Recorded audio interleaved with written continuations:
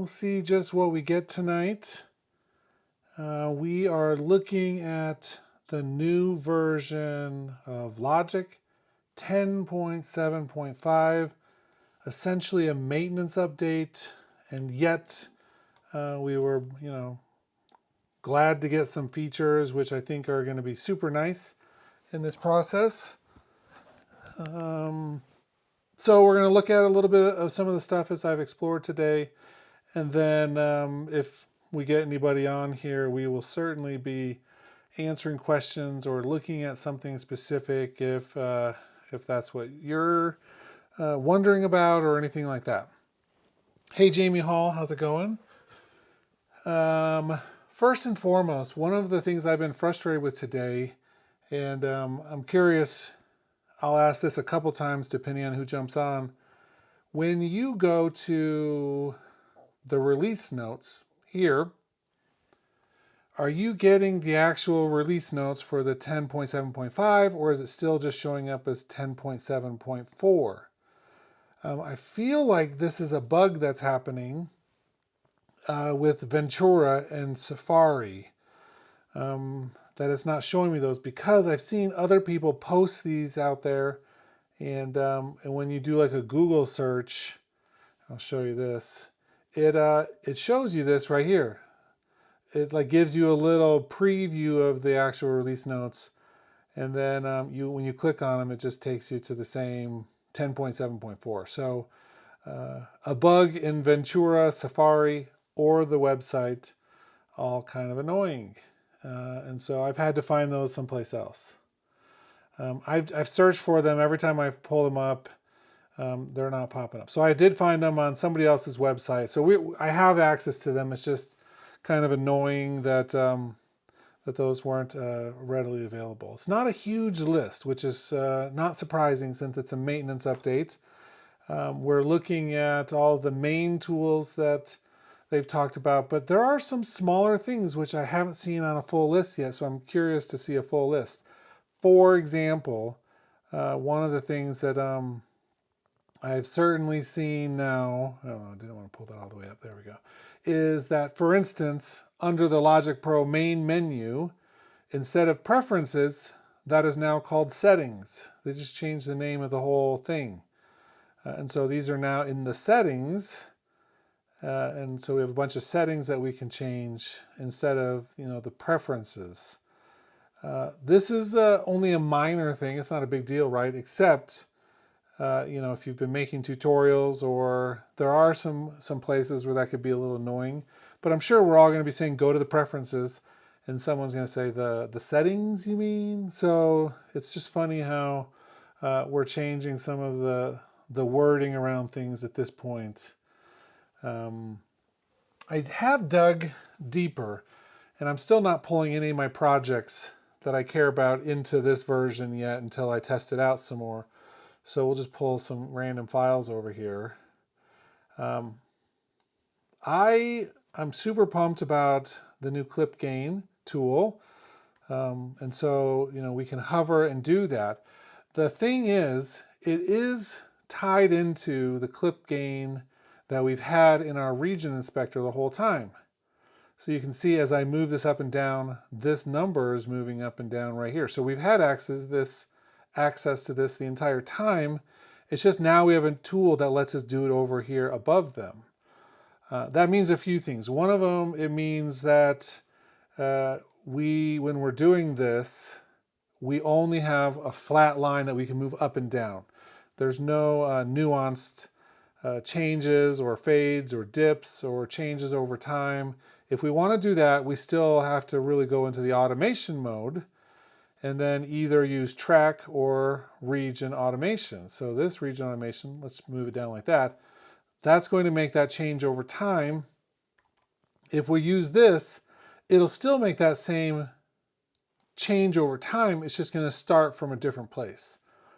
So we can't really, sadly, go in here and then make some other changes using one tool. On the other hand, that's okay. It's not the end of the world. We just have to remember that if we're doing this, we now have like 3 different places where we can be doing this. And so we have, our track-based automation, our region-based automation, and our clip gain. So more nuance, you get to decide how you want to work. But I'm telling you, if I'm going through like a project and I'm like, ooh, I really wish that this one clip was just overall just a little louder, I'm going to use this. For sure, I'm going to use this. It's what I would have done before using the properties and not just, grabbed another tool. I would have always just like selected this region and said, ooh, clip gain, let's just pull that up or down. So it's the same way I was doing it. It's now just on top of the region instead. I don't have, so there's some questions coming in about actual 32-bit recording. And that's a great question because I think that it's worth talking about. Sadly, it's a little tricky while I'm live streaming to experiment too much with that. Let's go into our settings menu, right? Let me think of a way that I could do this. I think there's a way that I can do this pretty easily. It's going to be surprising even to me if this works and I don't crash the whole stream. If for some reason I do, come back, we'll start it back up. I'm choosing as my input device my phone. And the reason why I'm choosing my phone as an input, I'm on Ventura, which means I can use my phone as a wireless microphone. It says here in the audio devices of the audio MIDI setup that it's a 32-bit float audio feed, right? So that's perfect. Whew, let's hit apply and hope that we don't die. Let's do a new audio track. I'm going to mute it, but record arm it. And this is why this is going to be an interesting test because mute all that. So I'm just going to use my voice for a second and push stop. And even though it said it was 32-bit float, in the audio MIDI thing, it's still just showing up as 24-bit here. So that was my test to see if that would work at all. And it looks like maybe no. But I can't verify that without doing some additional testing, maybe with an interface that is really designed as a 32. So more to come on that. So immersive, that's what I just did. And it did convert it down to 24-bit, even though over here it says it's a 32-bit float.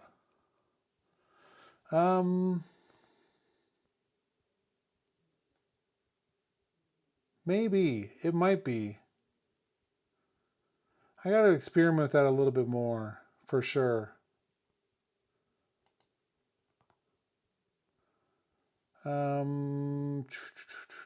Let me think about that for a second. A way to do that test. Hold on, I'm not going to do that. I'm going to pull that over. Settings, audio, recording.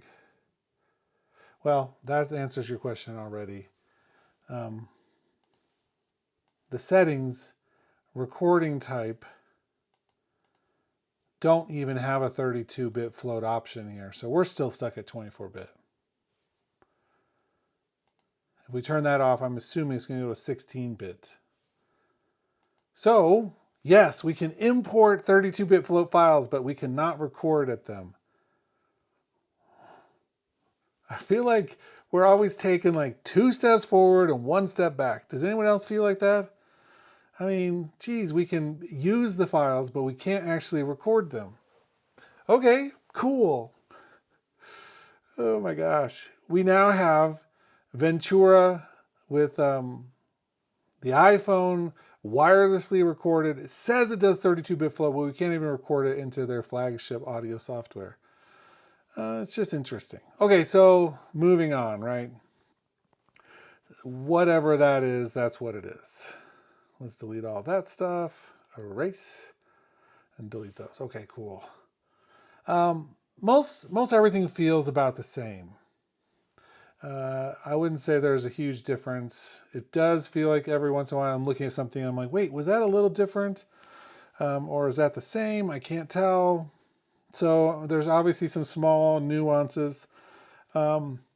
Tomorrow, as soon as I find my second power cable, I'm gonna hook up my second Mac Ultra and run them side by side on two monitors. This one has the previous version of Logic 10.7.4 and my Ventura one has 10.7.5, and I'll do a bunch of tests on that to see if performance is better, if it's maximizing anything with the core usage, if we have any of the same peaks, all that stuff. So look for a little bit better or longer video later this week where we actually do a deep dive into these last two versions on two really powerful machines.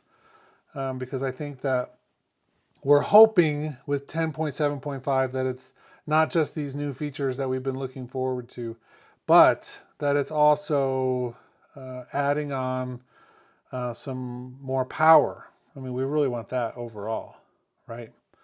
I have been thinking about a few other things that really came out today, and I'll use, I don't know, let's do something with a bass.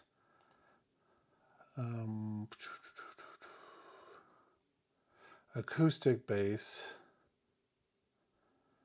maybe. I want to show you something with the new stomp boxes that are out. And I've thought about this a lot because I was always wondering, is this really something that I'm going to use? Am I going to use these things? And so let's just pull this out.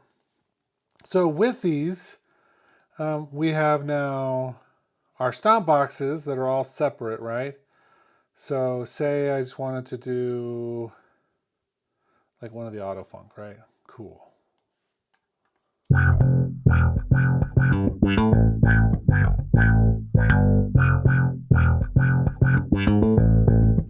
I love having more tools in my toolbox. Never going to complain about that. However, one thing about the actual pedal board that was so cool, and it still is so cool, so don't just like start switching over. Keep using the pedal board, because on the pedal board we have some things that are really, really handy. And that would be some of the routing things. So for instance, we have a splitter. Wherever you are going here, let's see. Oh my gosh. What is, oh, that maybe that goes up there. Jeez, come on.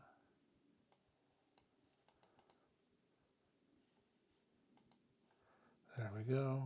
Oh my gosh, weird. Something is off with that. There we go. There we have this. Let's see, we need a splitter.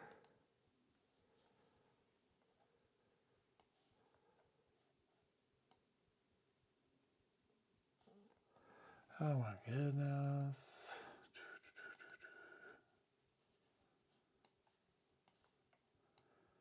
Okay, so clear I'm not going to be able to show this right this moment. Come on. It's like this thing just stopped working.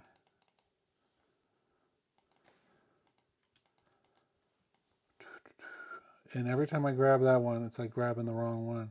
So don't use the pedal board. Lame. Let's see if I can do this.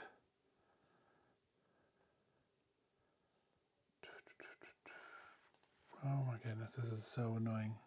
See, I grabbed it. There we go. That's so lame, this whole thing. Here we go. So this is what I wanted to show before the epic fail.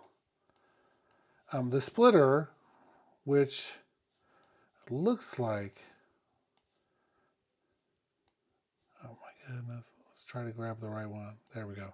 You have to put it in conjunction with one of them. It is a frequency splitter, meaning that I can do some stuff in the lower range of the frequencies, like 50 to 500, or any different split there below 5,000.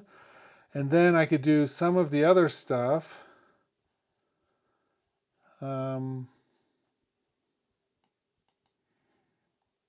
the other range. So some of them are going there and some of the other ones are, so it's like you split them out. So this is something that I wish we had functionality with all of the plugins. Man, that's dumb. I feel like there's a reason that they're pulling those off. That Stompbox is so frustrating to use. I love the idea. I always have. But as you can see just now, it's like I can't, it's not intuitive. It doesn't work great. Maybe it's for the best that these are all just coming out into individual plugins instead of being on that kind of weird interface. Cool. So I guess the point I was going to make was that it's really cool to have frequency splitting, and then the whole point ended up being that, geez, that stupid pedal board is useless. I'm going to take it off. But now, if you're looking for any of these tools, these sound boxes, it's like we have 4 delays, a bunch of distortion, dynamics, a compressor, the squash compressor, 4 filters, a bunch of modulation, and then 2 different pitch ones. You could have been using these all along, just putting the pedal board on, but it's like that seems like kind of a weird use of resources. Now you can actually come through and pull these out and use them in different ways.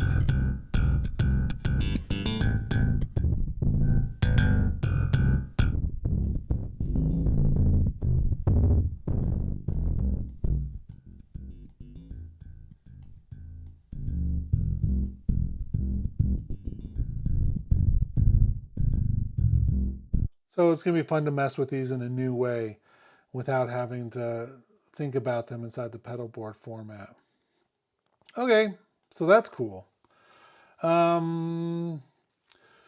What else? Let's see exactly, because I had everything downloaded. This was something else that that came up. Let's do the library manager. Let's see if anything. Looks like we ended up with perhaps a couple new sounds. I saw online that someone was saying that there were a bunch of things that had come out that were new, but I haven't seen something that says a bunch. And so I think that it's interesting. I think we need to keep in mind that we're not looking at like an endless supply of things that we didn't have.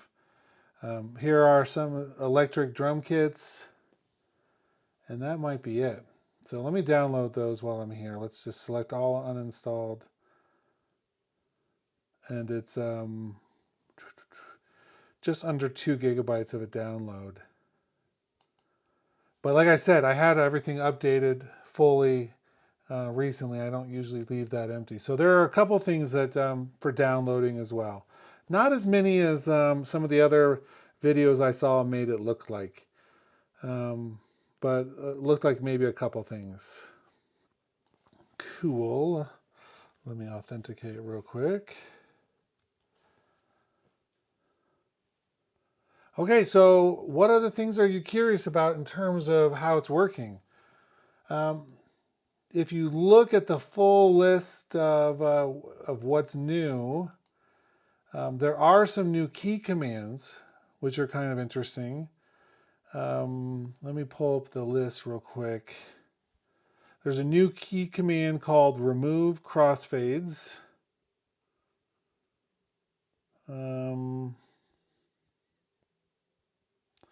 Let's see, there's a new search patch key command that opens the patch area of the sound library and places the focus into the search field. That's interesting. Search patch key command. So let's do that one real quick. See what's patch.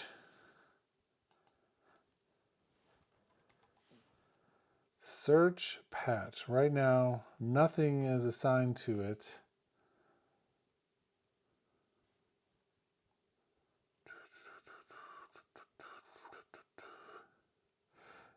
Library. Enable patch merging. I wonder, I think that was probably one before, but search patch is new.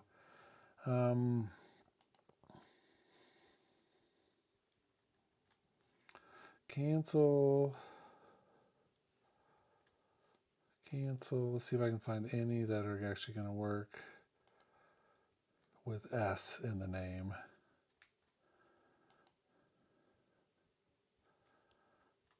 There we go. Shift Option Command S. That's funny. So we're just going to pretend like we're working.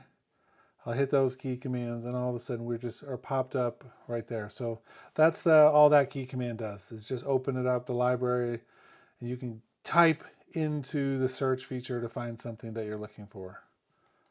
Okay, cool. Hey, LA Winter, how's it going? We're also, let's see if there was some other ones here. And then I want to talk about the new stereo output presets, because that's what we needed.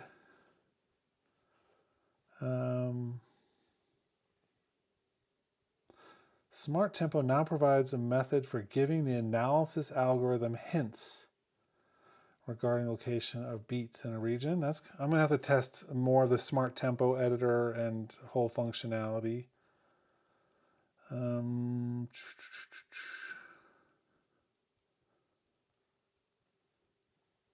Oh, there's a new key command, select channel strips with same panner type. Interesting. So that one, key command, panner type. Okay, so you can just select all channel strips with the same panner type. Okay. I could see myself using that actually if I'm doing like a binaural mix or an Atmos mix, for sure. The Smart Tempo editor seems to have gotten a lot of upgrades. Some things about seeing transients, things about being able to set the cycle region or the cycle area. There's one, let me read this. When the command key is assigned to the marquee tool, clicking a region while pressing the command option shift adds the range of the region to an existing marquee selection. So I have that selected. So let's make a selection. So command option shift, and then it does the whole thing. So that's just a way to add certain things into your marquee selection. Okay, cool. That makes sense. The option shift command combination all makes sense for adding whatever you're clicking on. Cool. I wonder if, yeah. So undo. So for instance,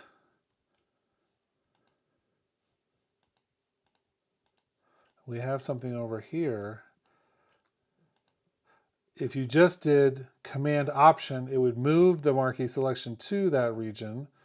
But if we have something here and do option shift, then it just adds to the existing part. Okay, that seems pretty straightforward. Okay, cool. There kind of are more detailed release notes. Although I think something's either wrong with my specific browser or just it's cached wrong on their site. But the release notes for me is still, when I click on that, is still bringing up 10.7.4, and I found a website that has the list, electronauts.com, but I'm not sure if this is the full list or not. So that's what I'm going off of for the moment. The other thing they did add was increase from 8 to 32 round robins available in the auto sampler, because that seems useful. 8 seems like a lot for round robin, but 32, cool. That's even more resolution. I'm not digging. Okay, so let's talk then about the thing, right? Which would be the output in terms of the new mastering stuff, right? So we I don't know if this is something we needed or not, but apparently we've added some new ones in here, and I can't tell you right off the top which of these are the new ones. That's one of the things I wanted to see. Maybe someone who has Logic out there tell me which of these are new and which of them aren't. I don't use like master plugin chains from Logic, just because I feel like I can definitely get the master chain that I want. But if someone could look, the way you do this is you can go to your master in the mixer, or in the properties area. But if you click on setting, you'll see the factory, and then we have add low end density, ballad, basic, broadcast ready, classical dance, deep punchy lows. So the ones that say knock A, B, and C. Okay, cool. That's what I was wondering. So these three, knock A, which is a gain plugin. I'm assuming for you to adjust louder or softer to get the gain staging correct. Followed by a Fat FX, which has a little bit of bit crushing set to 0, soft saturation set to 0, and very drive set to 0. Okay, nothing on that one. The multipressor with this curve, boosting the bass and 500 to like 2500 or maybe 3K, with minimal ratios, but a little bit. Okay, cool. With this EQ curve, boosting between 30 and 50, around 200, 1K, a little bit of 4K, and a little bit of 20. Ooh, okay. And then some gain on the precision limiter, set to a 0 output level. That's knock A. Knock B. Gain. This one looks like it has band pass. The exciter is 6%, the soft sat is 9%, the filter, the dirt is 3% with some bass enhancement compression. Cool. Some soft limiting on the master, the multipressor. So this one is definitely pushing harder on that one, and then pushing less hard in the multipressor, actually taking out a big chunk or controlling it. A similar EQ, which, I mean, that master EQ looks so weird, boosting certain places like that, but it could work. And then the final one, a lot of bass enhancement tied to the matrix and compression tied to the matrix. Very little on the compressor, the multipressor. Again, a bunch of these little short stubby spikes, which cool. And then a little bit of gain there. Not a ton of stuff happening with any of these, but try them out, see if you want to do anything.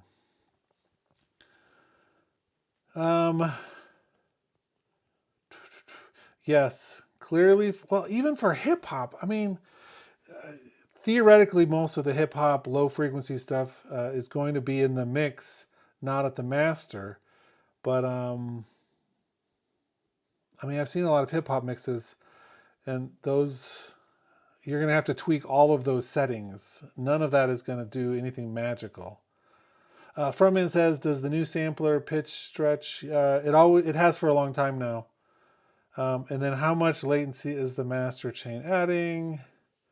Yeah, I think they are for beatmaker. I mean, everything in Logic seems to be for beatmakers these days.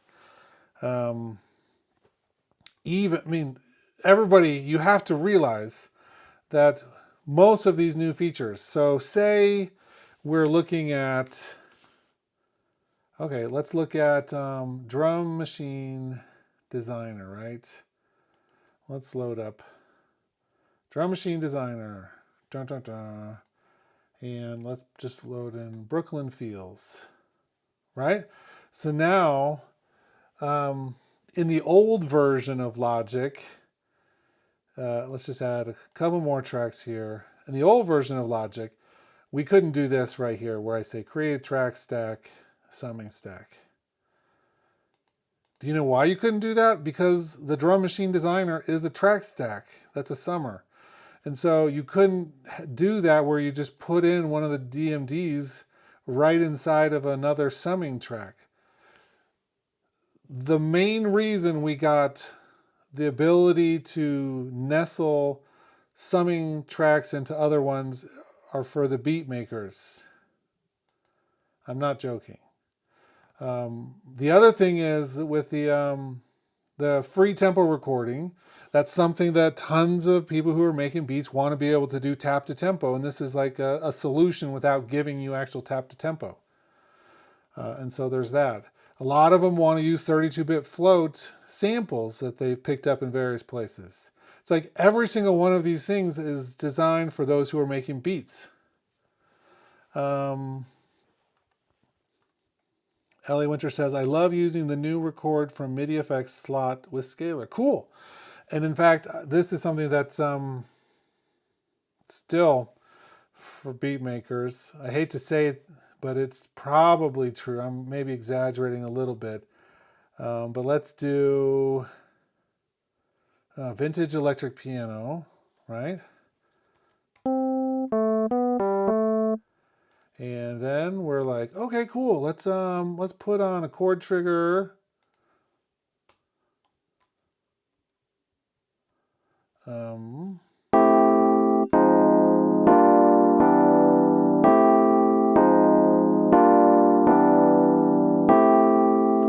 And let's do a new drummer real quick. And for our drummer, let's do electronic.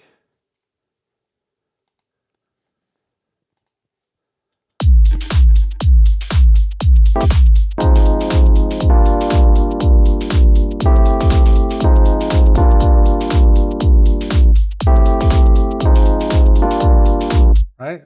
Just like that. Now I'm going to come to my chord trigger and say, record MIDI to track right there.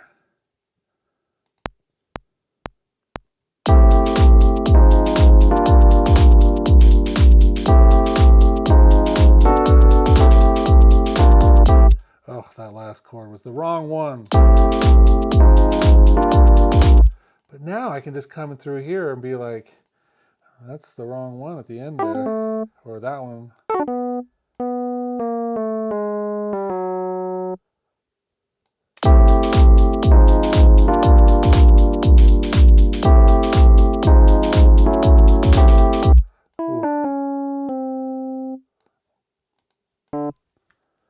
You get the idea. So now, instead of having that thing on there, let's pull that off. We just kill it, right? I've got my chords all written out. Don't need the MIDI effects. I can quantize this. I can do all of that stuff with it. Smart quantize. Let's do eighth notes.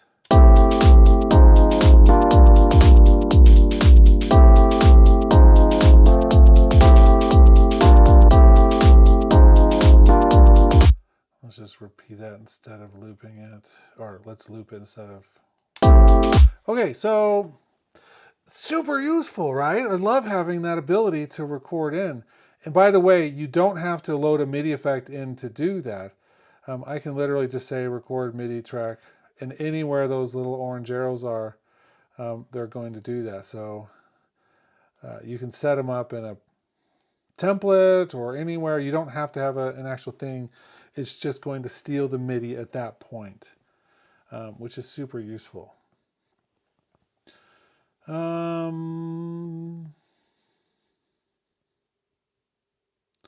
Let's see. So for the most part, predictable as Apple seems to be with Logic, they really are doing a lot with certain styles of music, and that's great.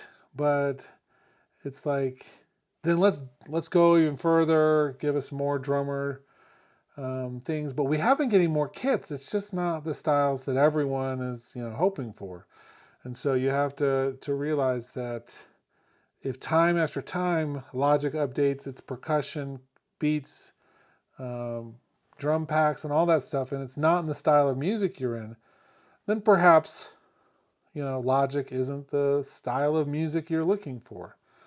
I actually love so many of these tools and find them super useful, and will use a bunch of these things, but it's just like, I'm not going to be like doing a lot of like jazz or metal arranging in Logic. Doesn't mean I can't use it to record it, but it's just not going to be my creative outlet for styles in those cases. Cool, front end. And tons of people use Logic. I mean, there's tons of people who use all the platforms. It's not necessarily a competition. I think it's kind of fun that so many people use different things, but I think it's kind of fun that we're going to have more and more of these tools. And we have something now to look forward to for the next one. It's like, what didn't you get this time that you really wanted? It's like, who knows what the next big version will bring. This is just another Band-Aid. Like I said, I'm going to do a video in the next day or two where I compare Ventura on 10.7.5 on a Mac Ultra with another Mac Ultra running 10.7.4 and not Ventura. And we'll see just what the differences are and if we've gotten other under the hood efficiencies. And so that's, I'm going to be excited to see how that turns out. But that'll be the next big test, and we'll see where we go from there. Otherwise, it's late. It's 10, well, it's not that late, but it's pretty late for an old man like me. So I'm going to turn off the stream, shut this beast down, and revisit tomorrow and see exactly what I think about all of the new updates after I haven't thought about it. But look for the comparison in the next couple of days to see just if we're getting better performance finally with things like our CPU. We'll do a comparison between those two machines and see just exactly if we can tell what we've really gotten from all of this. Otherwise, thanks for watching. Have a good night. We might do one more live stream once I get some of this information. But otherwise, I'll talk to you later.